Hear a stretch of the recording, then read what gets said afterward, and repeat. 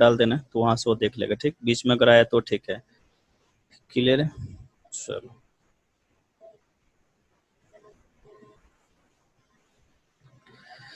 चलो जैसे हमने एपी में देखा था, राइट, थोड़ा सा मैं एपी का रिकॉल कराता हूँ। एपी में हमने देखा था कि वहाँ पे सीक्वेंस थे। सीक्वेंस हम लोग तब बोला था कि अगर कोई भी नंबर का अरेंजमेंट है, अगर वो नंबर किसी पर्टिकुलर रूल को फॉलो करता है, तभी हम लोग बोल सकते हो जो अरेंजमेंट ऑफ नंबर है वो सीक्वेंस है हमारा। ठीक है, अगर रूल को फॉलो नहीं कर, वो रूल कुछ भी हो सकता है, और इवन नंबर का natural number, even natural number हो सकता है, और नेचुरल नंबर हो सकता है, मल्टीपल ऑफ 3, मल्टीपल ऑफ 5, कुछ भी हो सकता है। मीन्स वो कोई ना कुछ पर्टिकुलर रूल को फॉलो करना चाहिए अरेंजमेंट ऑफ नंबर, इसके लिए वो तभी वो सीक्वेंस होगा, अदरवाइज सीक्वेंस नहीं होगा। तो सबसे पहला क्वेश्चन जो एपी में था कि हमें चेक करना था कि कौन सा सीक्वेंस एपी में है कि नहीं, तो हम लोग कॉमन डिफरेंस चेक करते थे, right, second term minus previous term, तो इस तरीके का कुछ था।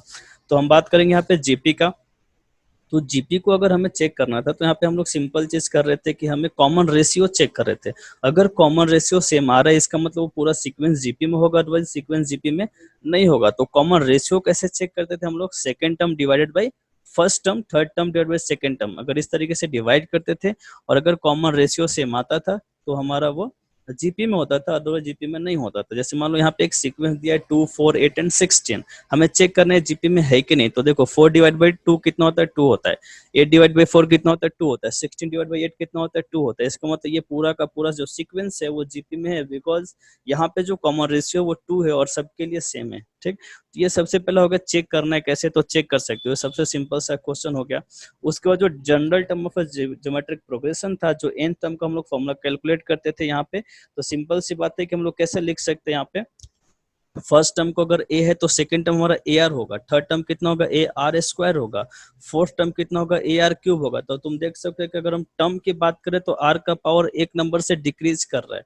ठीक है, तो वहां से हम लोग nth टर्म की अगर हम बात करें तो उसके लिए फॉर्मूला क्या था? A R S to N minus one, ये हमारा nth टर्म का फॉर्मूला था।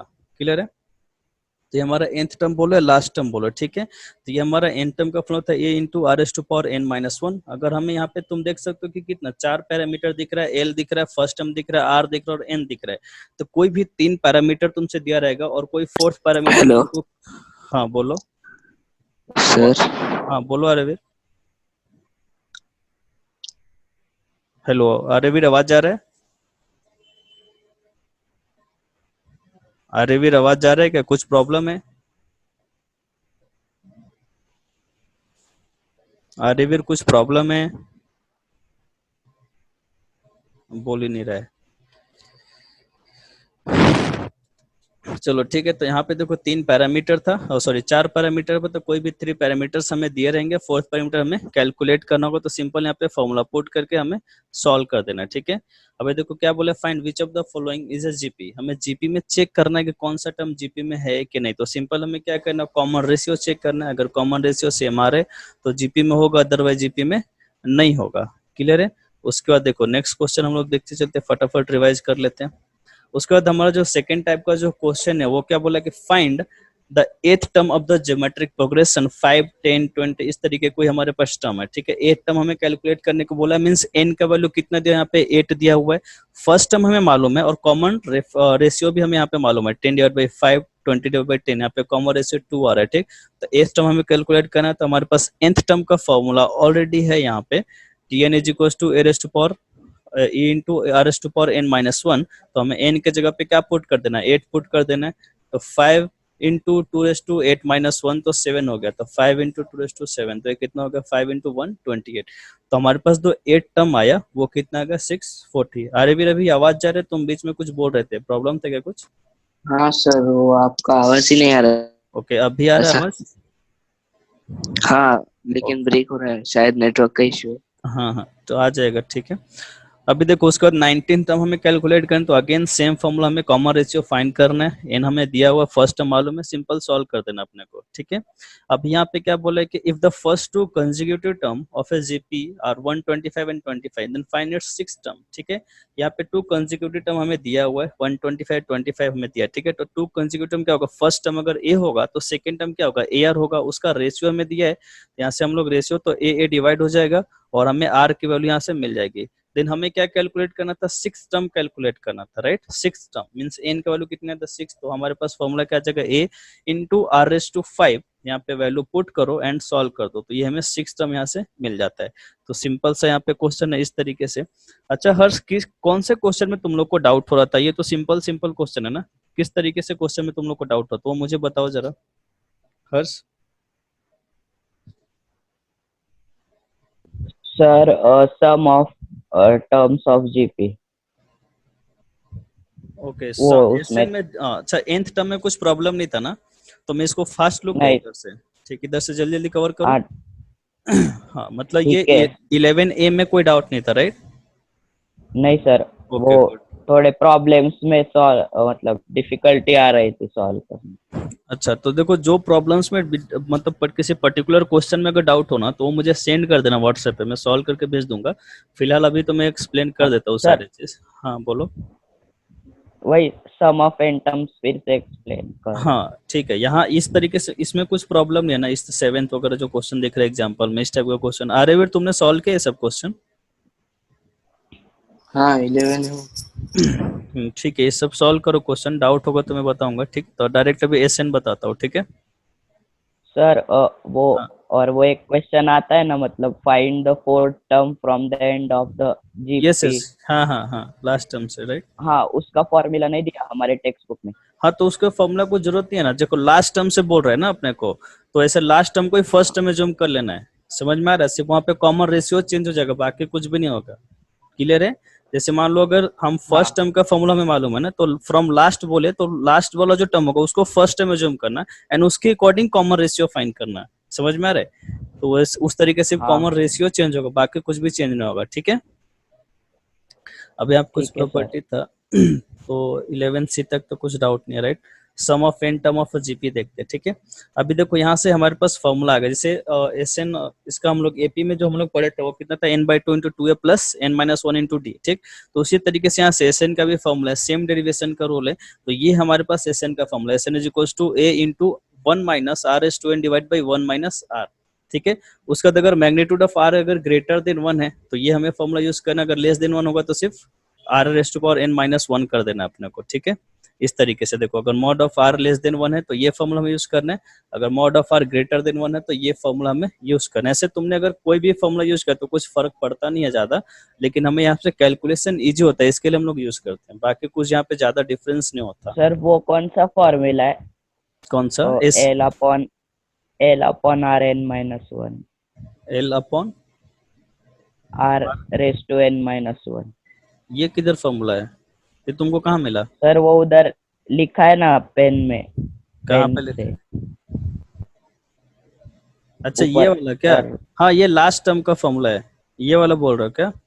सर हाँ इधर है देखो। हाँ हाँ, ये दिख रहा है दिख रहा है, फ्रॉम लास्ट एंड से बोले तब हमें यूज करना है ये वाला फॉर्मूला, ये हमारा लास्ट टर्म है, ये हमारा कॉमन रेशियो है, समझ में आ रहा है क्या?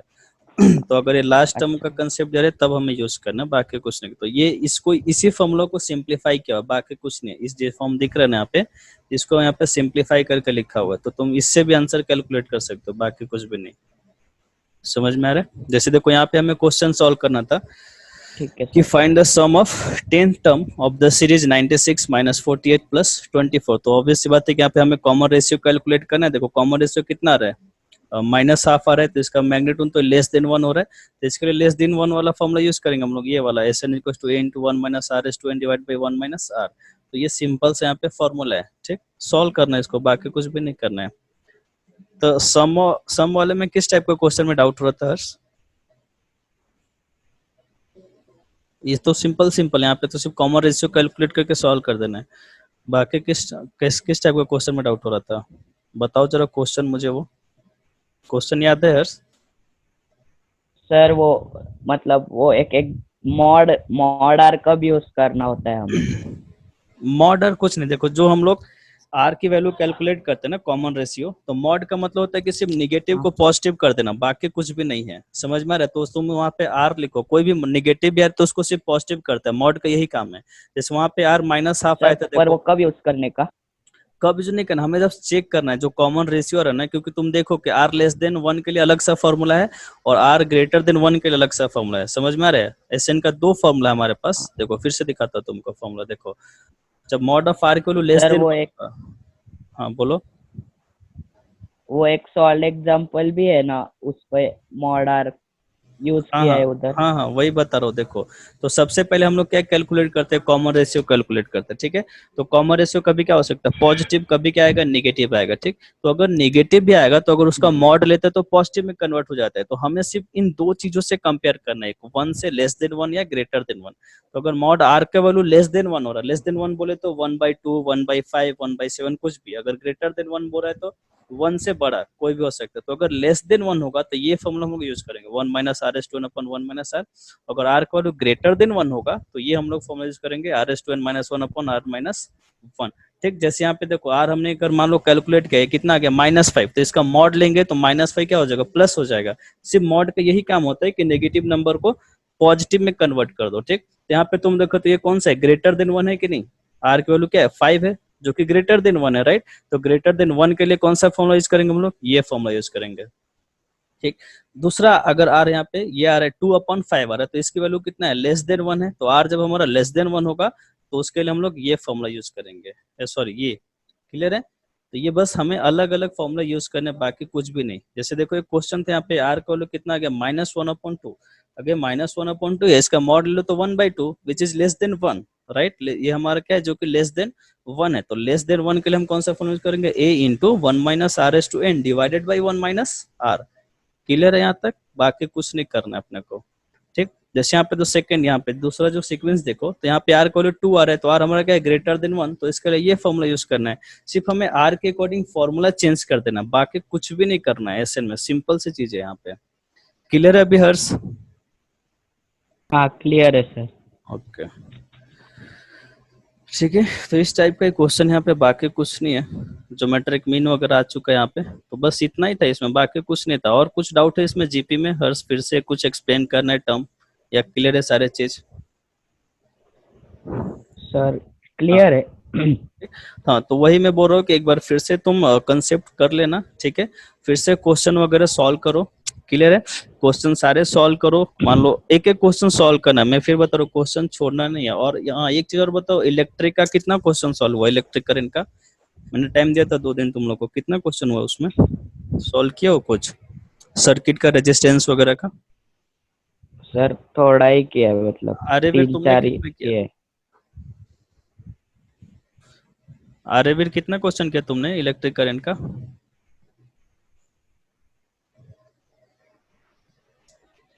अरे वीर आवाज जा रहा है?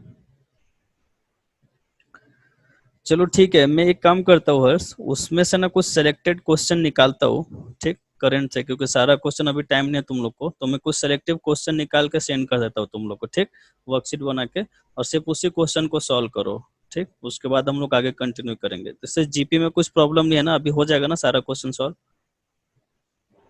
हाँ सर हो जाएगा। ठीक है, तो अभी आज इतना रहने दो, और सारा क्वेश्चन सॉल्व करना, जो डाउट होगा फिर हम लोग, तुम व्हाट्सएप करना मुझे, तो मैं सारा चीज एक्सप्लेन कर दूंगा, ठीक है, क्लियर है। तो कल देखते हैं हम लोग, फिजिक्स वगैरह करते हैं, कुछ वर्कशीट में भेजता हूँ तुम लोग को कल तक, ठीक है। चलो बाय। सर अभी क्या करना है, मतलब? अभी ये जीपी का कंप्लीट करो, जो डाउट हो रहा है वो मुझे बताओ, तो मैं कल फिर से एक्सप्लेन कर देता हूँ क्वेश्चन वगैरह। और अभी तो आज पीडीएफ बनाया नहीं है मैंने, तो कल फिजिक्स का क्लास करेंगे या मैथ्स का कोई दूसरा टॉपिक चालू करेंगे, ठीक है। ठीक है सर। बाय।